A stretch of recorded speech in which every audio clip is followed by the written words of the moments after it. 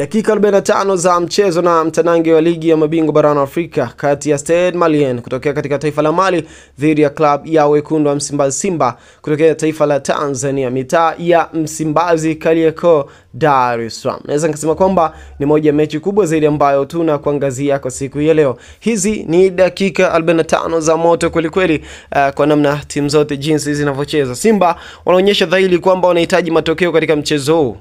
Namna ambavyo wanashambulia hapa unaziona hizi dakika, kama timu ya Stade Malien wasipokuwa makini, basi klabu ya Simba watajipatia bao mapema. Usahau ndo mchezo ambao klabu ya Simba wanapaswa kupata matokeo, yani wanapaswa wapate ushindi na sio draw. Hapa ni kufifisha au kufufua matumaini. Kama wakipata ushindi watakuwa wamefufua matumaini ya kuweza kufuzu katika kundi hili na kuja kuzipambania mechi nyingine 4 zijazwa. Lakini kama klabu ya Simba Sports Club wakipata draw au kufungwa katika mechi hii, yawezekana kwa namna moja au nyingine wakawa wanafifisha matumaini ya wao kuweza kufuzu kwenda robo finali katika michuano hii, baada ya kukosekana katika michuano hii msimu uliopita na kufika finali ya kombe la shirikisho barani Afrika. Simba Sports Club msimu huu wamerudi tena katika ligi ya mabingwa barani Afrika baada ya kuwa wamemaliza nafasi ya pili katika ligi ya NBC Tanzania msimu 2024-2025. Sasa wanaendelea kupambana kuhakikisha wanalinda heshima na hadhi yao katika hii michuano.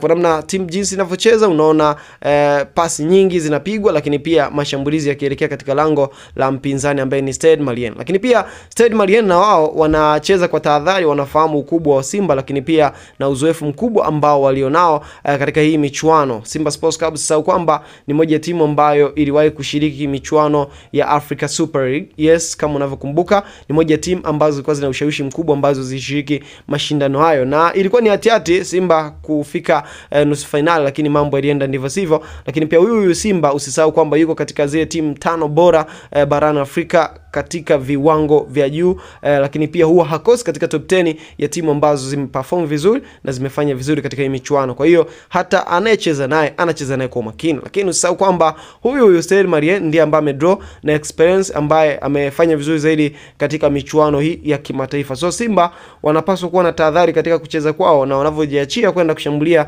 katika lango la mpinzani chochote kinawezekana. Huyu Stade Malien sio wa kuchukulia poa hata kidogo, naye ana uwezo wa kupata matokeo dhidi ya Simba, tena home and away. Simba wakipata matokeo leo, hii itawawezesha kuwapa nguvu katika michezo mingine inayokuja, ili nazo waweze kuvuna point kuweza kufuzu katika hatua hii ya makundi, kisha kwenda hatua ya robo finali ya ligi ya mabingwa barani Afrika katika msimu huu wa 2025-2026. Moja msimu ambao klabu ya Simba Sports Club wamejipanga kuhakikisha wanafanya vizuri zaidi na kuandika rekodi nyingine kama timu ambayo imekuwa na uzoefu katika michuano hii. Una yapi katika hili? Share katika upande wa comment section. See you next time. Bye bye.